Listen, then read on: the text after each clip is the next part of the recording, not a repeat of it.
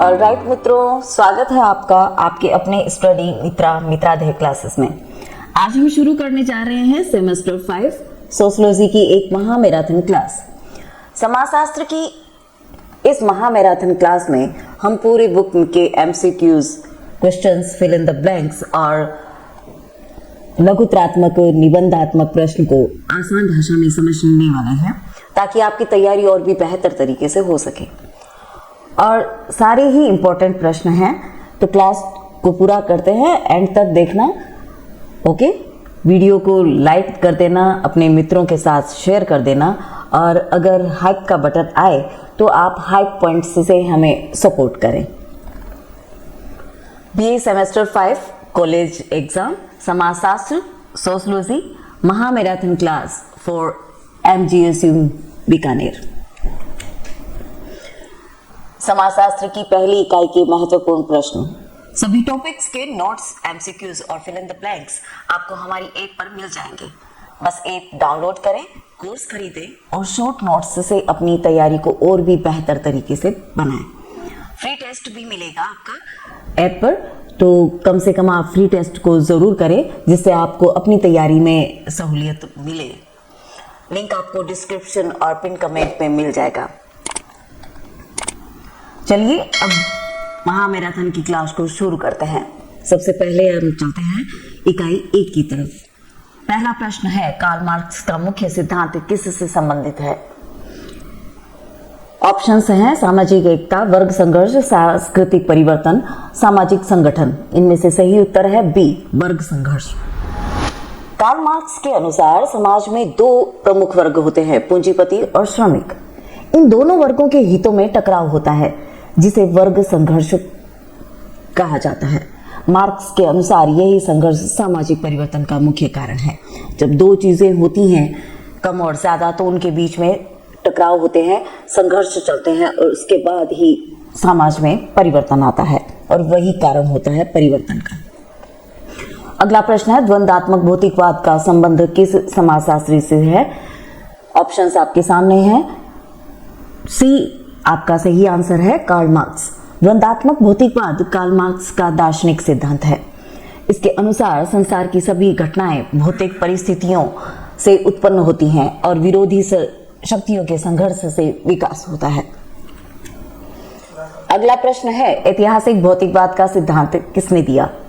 Options हैं, इसमें सही ऑप्शन है आपका ए, कार्ल मार्क्स। ऐतिहासिक भौतिकवाद के अनुसार इतिहास का विकास आर्थिक परिस्थितियों और उत्पादन संबंधों के परिवर्तन से होता है। यह सिद्धांत कार्ल मार्क्स के द्वारा प्रस्तुत किया गया था। अगला है, समाजशास्त्र का जनक किसे कहा जाता है? ऑप्शंस में बी ऑप्शन सही है, ऑगस्ट कॉम्टे। ऑगस्ट कॉम्टे को समाजशास्त्र का जनक कहा जाता है क्योंकि उन्होंने समाजशास्त्र को एक स्वतंत्र वैज्ञानिक विषय के रूप में स्थापित किया और प्रत्यक्षवाद का सिद्धांत प्रस्तुत किया। अगला प्रश्न है, प्रत्यक्षवाद का सिद्धांत किस समाजशास्त्री ने दिया? Option A, Auguste Comte. प्रत्यक्षवाद के अनुसार ज्ञान अनुभव और अवलोकन पर आधारित होना चाहिए। कॉम्टे ने समाज के अध्ययन में वैज्ञानिक पद्धति के प्रयोग पर बल दिया है। अगला प्रश्न है, 3 अवस्थाओं का नियम किसने प्रतिपादित किया है? Options B, Auguste Comte. Comte के अनुसार मानव ज्ञान का विकास 3 अवस्थाओं से होकर गुजरता है, धर्मशास्त्रीय अवस्था, तात्विक अवस्था और प्रत्यक्षवादी अवस्था। अगला प्रश्न है, धर्मशास्त्रीय अवस्था में मनुष्य प्राकृतिक घटनाओं को किससे जोड़कर समझता है? ऑप्शंस में आपके सी ऑप्शन सही है, अलौकिक शक्तियों से। धर्मशास्त्रीय अवस्था में मनुष्य प्राकृतिक घटनाओं को देवताओं या अलौकिक शक्तियों से जोड़कर समझता है। यह मानव ज्ञान की प्रारंभिक अवस्था मानी जाती है। अगला प्रश्न है, तात्विक अवस्था में घटनाओं की व्याख्या किस आधार पर की जाती है? ऑप्शंस में बी सही उत्तर है, अमूर्त शक्तियों से। तात्विक अवस्था में लोग प्राकृतिक घटनाओं को अमूर्त शक्तियों और दार्शनिक विचारों के माध्यम से समझाने का प्रयास करते हैं। अगला प्रश्न है, प्रत्यक्षवादी अवस्था की प्रमुख विशेषता क्या है? ऑप्शंस में सी आपका सही आंसर है, वैज्ञानिक दृष्टिकोण। प्रत्यक्षवादी अवस्था में मनुष्य प्राकृतिक और सामाजिक घटनाओं को वैज्ञानिक पद्धति, अवलोकन और अनुभव के आधार पर समझता है। अगला प्रश्न है, कार्ल मार्क्स के अनुसार समाज का आधार क्या है? ऑप्शंस में सी आपका सही उत्तर है, आर्थिक संरचना। मार्क्स के अनुसार समाज की आर्थिक संरचना ही उसके सामाजिक, राजनीतिक और सांस्कृतिक जीवन को प्रभावित करती है। इसीलिए आर्थिक आधार को समाज का मूल आधार माना गया है। अब आते हैं हम अपने लघुतरात्मक प्रश्नों के तरफ। कार्ल मार्क्स के वर्ग संघर्ष सिद्धांत को स्पष्ट कीजिए। कार्ल मार्क्स के अनुसार समाज आर्थिक आधार पर विभिन्न वर्गों में विभाजित होता है। इन वर्गों के हित एक दूसरे के विपरीत होते हैं, जिससे संघर्ष की स्थिति उत्पन्न होती है। पूंजीपति वर्ग उत्पादन के साधनों का मालिक होता है और श्रमिक वर्ग श्रम प्रदान करता है। इन दोनों के बीच का संघर्ष सामाजिक परिवर्तन का मुख्य कारण माना जाता है। मुख्य बिंदु, समाज आर्थिक आधार पर अलग अलग वर्गों में विभाजित। पूंजीपति वर्ग उत्पादन के साधनों का स्वामी होता है। श्रमिक वर्ग श्रम के उत्पादन प्रक्रिया में भाग लेता है। दोनों वर्गों के हितों में अक्सर टकराव की स्थिति बनती है। वर्गों के बीच संघर्ष सामाजिक परिवर्तन को जन्म देता है। मार्क्स के अनुसार भविष्य में वर्गहीन समाज संभव है। कार्ल मार्क्स का वर्ग संघर्ष सिद्धांत, देखिए इसको यूं समझते हैं कि कार्ल मार्क्स समाजशास्त्र के बहुत महत्वपूर्ण विचारक माने जाते हैं। कार्ल मार्क्स के अनुसार समाज दो वर्गों में बांटा होता है, पहला पूंजीपति और दूसरा जो श्रमिक वर्ग होता है। पूंजीपति कारखानों और उत्पादन साधनों को मालिक होता है और श्रमिक वर्ग जो होता है वो काम करता है, अपना श्रम देता है। मार्क्स कहते हैं इन दोनों के वर्गों के हित एक जैसे नहीं होते हैं, इसी कारण इन दोनों के बीच में संघर्ष होता है और संघर्ष वर्ग, इसी को संघर्ष वर्ग कहते हैं। और मार्क्स के अनुसार यही संघर्ष समाज में परिवर्तन लाता है। अगला प्रश्न है, द्वंदात्मक भौतिकवाद का अर्थ स्पष्ट कीजिए। द्वंदात्मक भौतिकवाद कार्ल मार्क्स का प्रमुख दार्शनिक सिद्धांत है। इसके अनुसार संसार की सभी घटनाएं भौतिक परिस्थितियों से प्रभावित होती हैं। समाज में परिवर्तन विरोधी शक्तियों के संघर्ष से उत्पन्न होता है। इस प्रकार संघर्ष के माध्यम से समाज निरंतर विकास की दिशा में आगे बढ़ता है। मुख्य बिंदु, भौतिक परिस्थितियां मानव जीवन को प्रभावित करती हैं।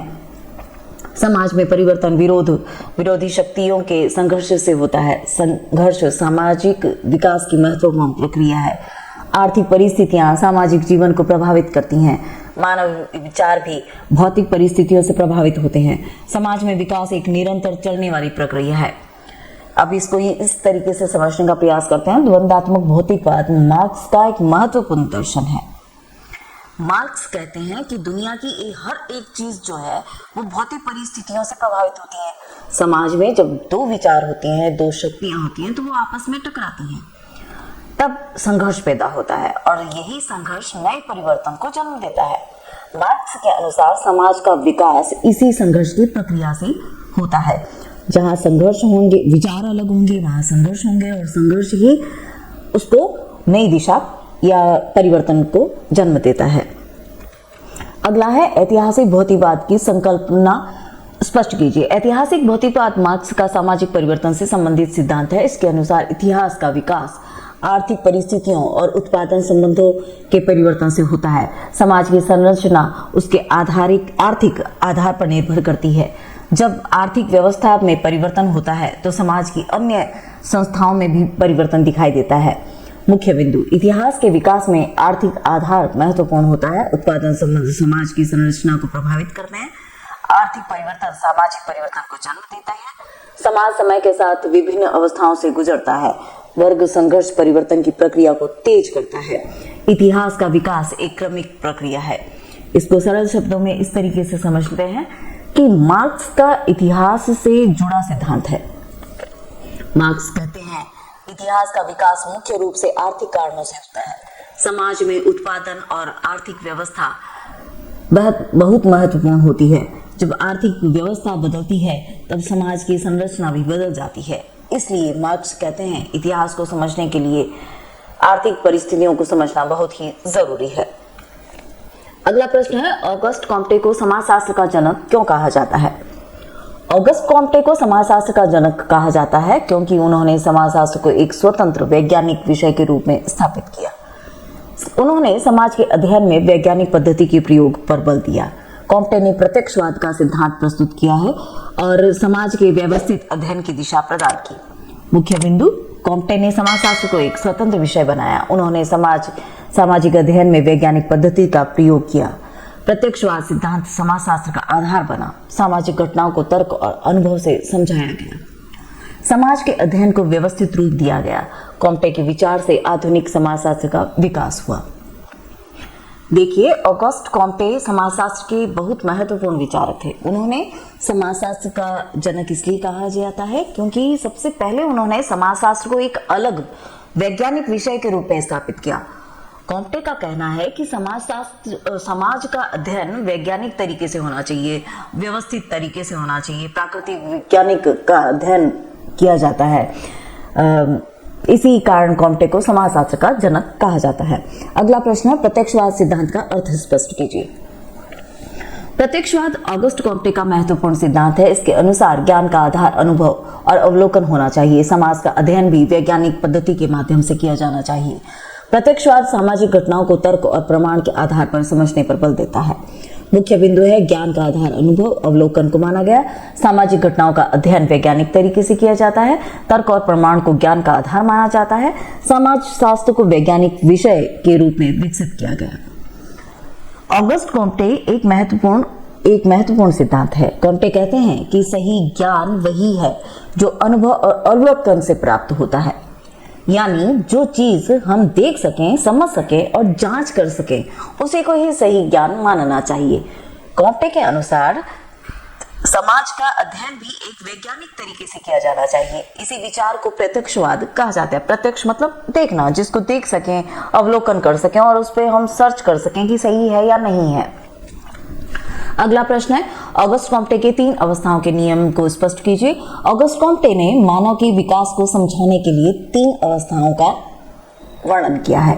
उनके अनुसार मानव बुद्धि का विकास 3 चरणों से होकर गुजरता है। पहले चरण में मनुष्य घटनाओं को अलौकिक शक्तियों से जोड़कर समझता है। दूसरे चरण में वह दार्शनिक विचारों के माध्यम से व्याख्या करता है और अंतिम चरण में वैज्ञानिक दृष्टिकोण से घटनाओं को समझता है।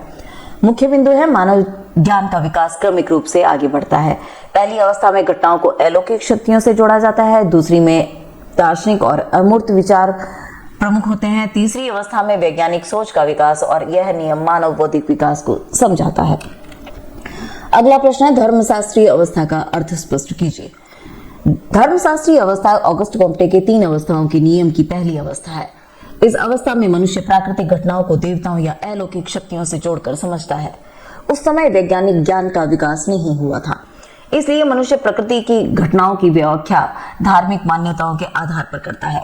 मुख्य बिंदु, यह मानव ज्ञान के विकास की प्रारंभिक अवस्था है। प्राकृतिक घटनाओं को देवताओं से जोड़ा जाता है। धार्मिक विश्वासों का समाज पर अधिक प्रभाव होता है।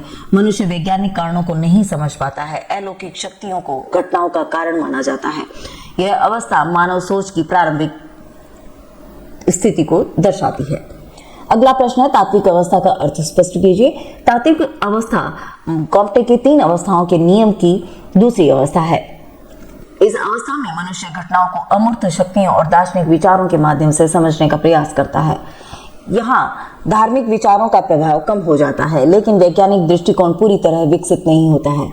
यह अवस्था धर्म और विज्ञान के बीच की स्थिति को दर्शाती है। मुख्य बिंदु, यह मानव ज्ञान की मध्य अवस्था मानी जाती है। घटनाओं की व्याख्या अमूर्त शक्तियों से की जाती है। धार्मिक प्रभाव धीरे धीरे कम होने लगता है। दार्शनिक विचारों का महत्व बढ़ जाता है। वैज्ञानिक दृष्टिकोण अभी पूरी तरह विकसित नहीं होता है। यह अवस्था ज्ञान के परिवर्तन को दर्शाती है। अगला प्रश्न है, प्रत्यक्षवादी अवस्था का अर्थ स्पष्ट कीजिए। प्रत्यक्षवादी अवस्था कॉम्टे के सिद्धांत की अंतिम अवस्था है। इस अवस्था में मनुष्य घटनाओं को वैज्ञानिक पद्धति के माध्यम से समझने का प्रयास करता है। अनुभव, अवलोकन और प्रयोग को ज्ञान का आधार माना जाता है। इसी अवस्था में समाज शास्त्र जैसे सामाजिक विज्ञानों का विकास हुआ। मुख्य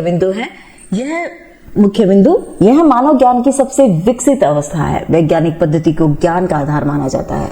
अवलोकन और प्रयोग को महत्व दिया जाता है। घटनाओं को तर्क और प्रमाण से समझा जाता है। समाज के अध्ययन में वैज्ञानिक दृष्टिकोण अपनाया जाता है। इस अवस्था में आधुनिक विज्ञान का विकास हुआ। अगला प्रश्न है, समाजशास्त्र के विकास में शास्त्रीय समाजशास्त्रियों का योगदान स्पष्ट कीजिए। शास्त्रीय समाजशास्त्रियों ने समाजशास्त्र को एक वैज्ञानिक विषय के रूप में विकसित करने में महत्वपूर्ण भूमिका निभाई। कार्ल मार्क्स, ऑगस्ट कॉम्टे और अन्य विचारकों ने समाज के अध्ययन के लिए विभिन्न सिद्धांत प्रस्तुत किए। इन सिद्धांतों के माध्यम से समाज की संरचना, परिवर्तन और विकास को समझने का प्रयास किया गया। उनके विचार आज भी समाजशास्त्र के अध्ययन का आधार माने जाते हैं। मुख्य बिंदु: शास्त्रीय विचारकों ने समाजशास्त्र को वैज्ञानिक दिशा दी। उन्होंने समाज के अध्ययन के लिए नए सिद्धांत प्रस्तुत किए। समाज की संरचना और परिवर्तन को समझाया गया। वे सामाजिक समस्याओं के अध्ययन को महत्व दिया गया। विभिन्न विचारों ने समाजशास्त्र को समृद्ध बनाया और आज भी उनके सिद्धांत समाजशास्त्र में महत्वपूर्ण हैं। देखो टाबरों, समाज से, परिवार से जोड़कर अगर आप समस्या तो अपन जल्दी से आ चीज समझ में आ जैसी। तो आ प्रश्न नाना बहुत ही चोखा प्रश्न था, वास्ते ढूंढ लिया गया है परीक्षा वास्ते। तो ध्यान से आ प्रश्न आने पढ़ो, बार बार पढ़ो, जो थारे परीक्षा में थाने फायदा हो। तो चलना आप अपनी इकाई 2 की तरफ। सभी टॉपिक्स के नोट्स जो हैं वो MCQs और फिल इन द ब्लैंक्स आपको हमारी ऐप पर मिल जाएंगे। बस ऐप डाउनलोड करें, कोर्स खरीदें और शॉर्ट नोट्स से अपनी तैयारी को और भी बेहतर बनाएं। फ्री टेस्ट भी मिलेगा आपका अपने ऐप पर, आप देखें, कम से कम उस फ्री टेस्ट को जरूर दें क्योंकि उससे आपको एग्जाम में बहुत फायदा मिलने वाला है। लिंक आपको डिस्क्रिप्शन और पिन कमेंट पे मिल जाएगा। चलते हैं यूनिट 2 की तरफ। लघुत्तरात्मक प्रश्न होता है आपके सामाजिक ऑप्शंस वाले प्रश्न हैं। सामाजिक क्रिया की अवधारणा किस समाजशास्त्री ने दी? ऑप्शंस हैं, उसमें सही है B, Max Weber. Max Weber ने सामाजिक क्रिया का सिद्धांत दिया। उनके अनुसार वह क्रिया सामाजिक कहलाती है जो अन्य व्यक्तियों के व्यवहार से प्रभावित हो और जिसका कोई सामाजिक अर्थ हो। दूसरा प्रश्न है, मैक्स वेबर के अनुसार सामाजिक क्रिया का मुख्य आधार क्या है? ऑप्शंस हैं, उसमें बी आपका सही उत्तर है, सामाजिक अर्थ। वेबर के अनुसार सामाजिक क्रिया वह होती है जिसमें व्यक्ति अपने कार्य को दूसरों के व्यवहार से जोड़कर करता है और उसमें कोई सामाजिक अर्थ होता है। तीसरा, नौकरशाही की अवधारणा किस समाजशास्त्री से संबंधित है? ऑप्शंस हैं, उसमें ए जो है वो आपका सही आंसर है, मैक्स वेबर। मैक्स वेबर ने नौकरशाही को एक तर्कसंगत और नियम आधारित प्रशासनिक व्यवस्था के रूप में समझाया।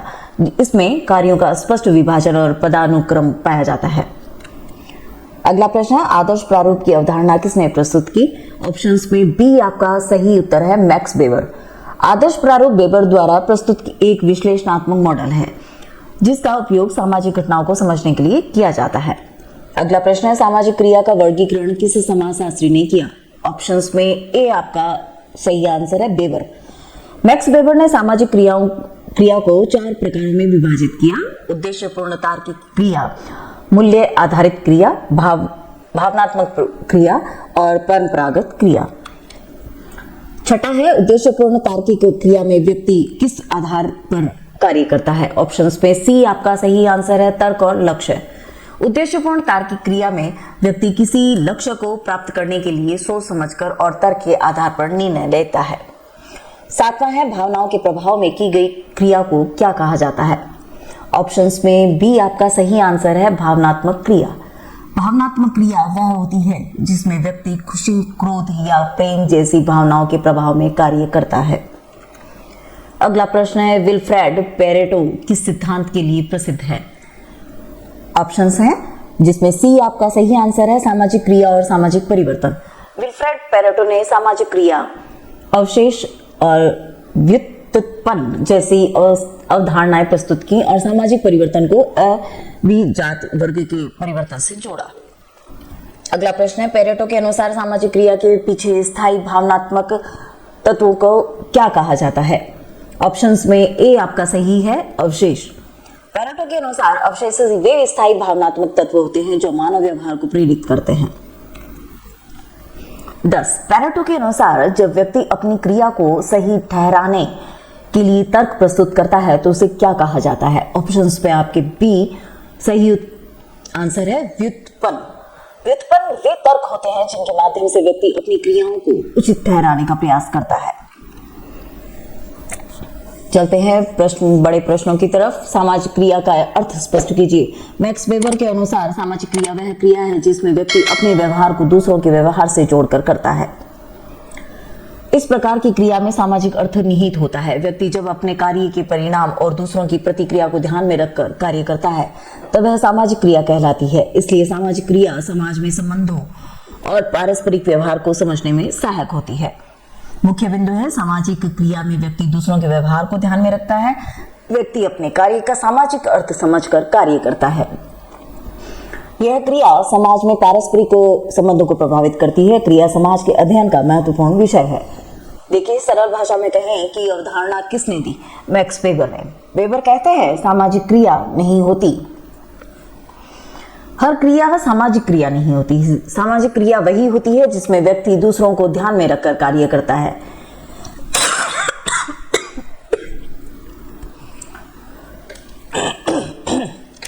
यानी व्यक्ति सोचता है कि दूसरे लोग उसके व्यवहार पर कैसे प्रतिक्रिया देंगे। जब कोई व्यक्ति अपने कार्य को दूसरों के व्यवहार से जोड़कर करता है तो उसे सामाजिक क्रिया कहा जाता है। इसीलिए सामाजिक क्रिया समाज में लोगों के आपसी व्यवहार को समझने में मदद करती है। अगले प्रश्न में चलते हैं। मैक्स वेबर के अनुसार सामाजिक क्रिया के प्रकार बताइए। मैक्स वेबर ने सामाजिक क्रिया के 4 प्रकार विभाजित किए हैं। इन प्रकारों के माध्यम से यह समझा जा सकता है कि व्यक्ति किस आधार पर कार्य करता है। कुछ क्रियाएं तर्क के आधार पर होती हैं, जबकि कुछ भावनाओं के और या परंपराओं से प्रभावित होती हैं। इन सभी प्रकारों के माध्यम से मानव व्यवहार की विविधता को समझा जा सकता है। मुख्य बिंदु, उद्देश्यपूर्ण तार्किक क्रिया लक्ष्य प्राप्ति के लिए की जाती है। मूल्य आधारित क्रिया नैतिक विश्वासों के आधार पर होती है। भावनात्मक क्रिया भावनाओं के प्रभाव में की जाती है। परंपरागत क्रिया परंपराओं और आदतों पर आधारित होती हैं, यानी जो भी क्रिया होती है वो उसी पर आधारित रहती हैं।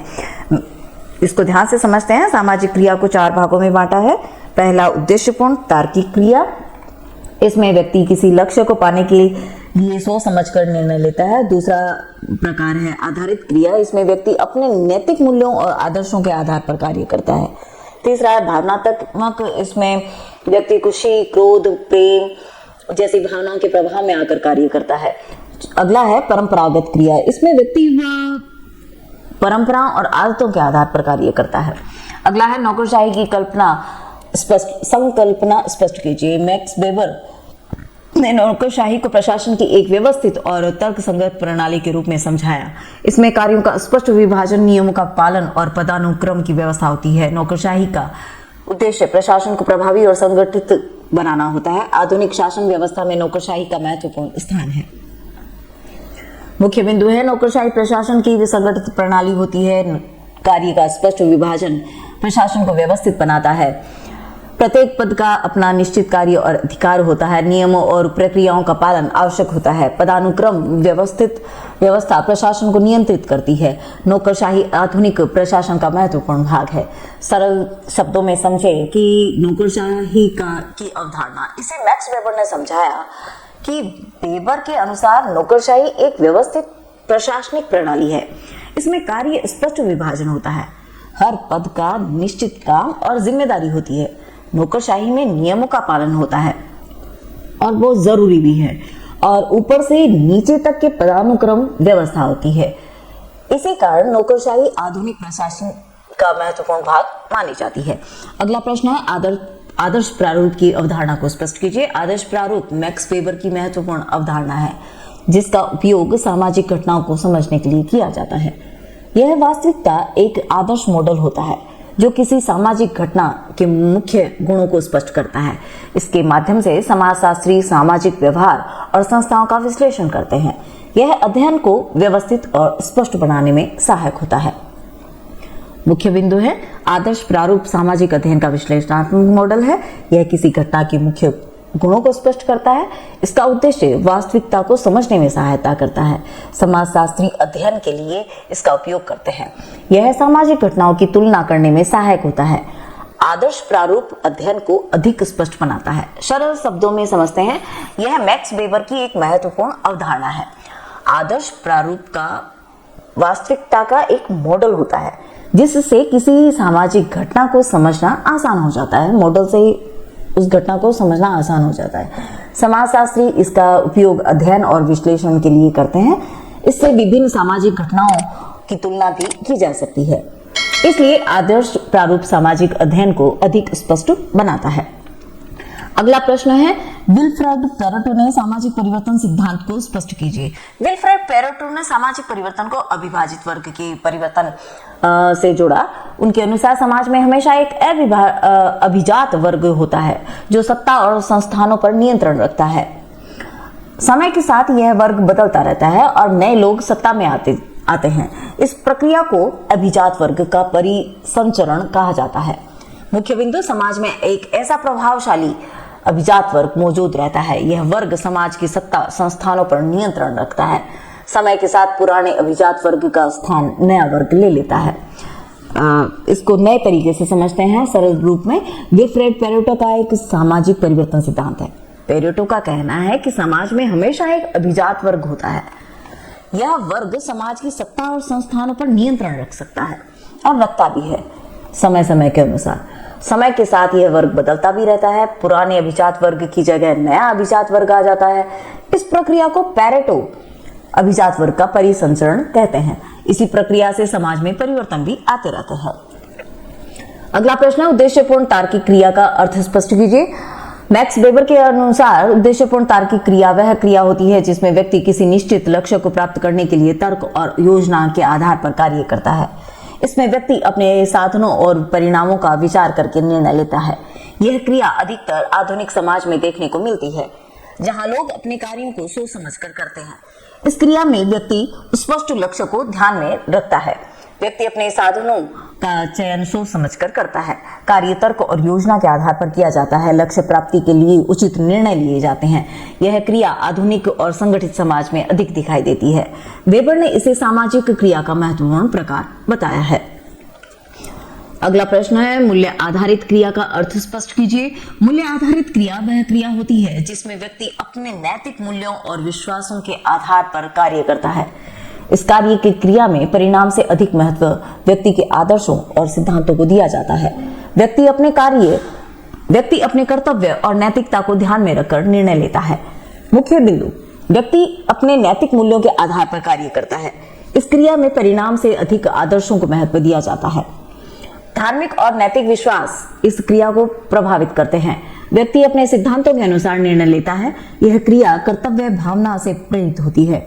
समाज में नैतिकता को बनाए रखने में सहायता होती है। भावनात्मक क्रिया का अर्थ स्पष्ट कीजिए।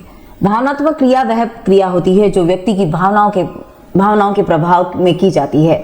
इसमें व्यक्ति तर्क की बजाय अपनी भावनाओं के आधार पर निर्णय लेता है। खुशी, क्रोध, प्रेम और दुख जैसी भावनाएं इस प्रकार की क्रिया को प्रभावित करती है। यह क्रिया मानव व्यवहार की स्वाभाविक अभिव्यक्ति होती है। मुख्य बिंदु, इस क्रिया में भावनाएं मुख्य भूमिका निभाती है। व्यक्ति भावनाओं के प्रभाव में कार्य करता है। इसमें तर्क और योजना का महत्व कम होता है। खुशी और क्रोध जैसी भावनाएं इसे प्रभावित करती हैं।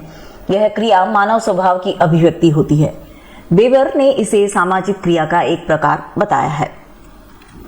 अगला प्रश्न है, परंपरागत क्रिया का अर्थ स्पष्ट कीजिए। परंपरागत क्रिया वह क्रिया होती है जो परंपराओं और आदतों के आधार पर की जाती है। व्यक्ति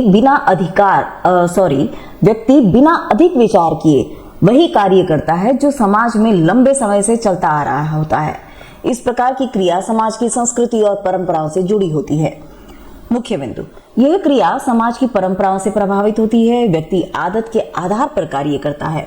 इसमें तर्क और विश्लेषण का महत्व कम होता है। सांस्कृतिक परंपराएं इस क्रिया को प्रभावित करती हैं। समाज की निरंतरता को बनाए रखने में सहायक होती है। वेबर ने इसे सामाजिक क्रिया का एक महत्वपूर्ण प्रकार माना।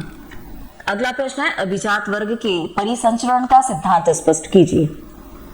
विल्फ्रेड पेरेटो के अनुसार समाज में हमेशा एक अभिजात वर्ग होता है जो शक्ति और संसाधनों पर नियंत्रण रखता है। समय के साथ यह वर्ग बदलता रहता है और नए लोग सत्ता में आते हैं। इस प्रक्रिया को अभिजात वर्ग का परिसंचरण कहा जाता है। यह प्रक्रिया समाज में शक्ति संतुलन को बनाए रखने में महत्वपूर्ण भूमिका निभाती है। मुख्य बिंदु, समाज में प्रभावशाली अभिजात वर्ग मौजूद रहता है। यह वर्ग समाज की सत्ता संसाधनों को नियंत्रित करता है। समय के साथ पुराने अभिजात वर्ग का स्थान नया वर्ग ले लेता है। इस परिवर्तन को अभिजात वर्ग का परिसंचरण कहा जाता है। यह प्रक्रिया समाज में शक्ति संतुलन बनाए रखती है। देखिए बच्चों, आपको घना सारा था न चोखा चोखा परीक्षा में आने वाला का प्रश्न है, उत्तर है, वह थाने समझाते आ। अब थे आने बार बार देखो और आगे की यूनिट जो है वह थाने बाकी की शाम का क्लास में देवांगा, तो थे जुड़िया रहो वहाँ से। और ई क्लास ने बार बार दोहरान कर बोकरोर जी का फ्री का टेस्ट थान दिया जा रहा है, वह जरूर कर लिया जिको थाकी परीक्षा में चोखा नंबर आ जाए। बाकी तो आई शुभकामना है कि थाके संग चोखा नंबर आवे, पर थाने बार बार क्लास आने देख तो रहना पड़सी, ध्यान आने पढ़ो सारा topic, MCQ, fill in the blank और सो है जिको थाने मटेरियल थारी ऐप पर दे दिए। अभी ऐप ने डाउनलोड करो और थारी तैयारी ने बहुत ही शानदार बना लियो जिको चोखा नंबर आ जाए। लिंक है जिकी पर देखो थाने एक हाइप को बटन भी मिला है, जिको बिना भी दबा दीजिए, जिको माना ही थोड़ा सो मदद मिल जाए। लिंक थारी डिस्क्रिप्शन और पिन कमेंट में दिएड़ी है, बिना फॉलो कर लिया। ठीक है, राधे राधे।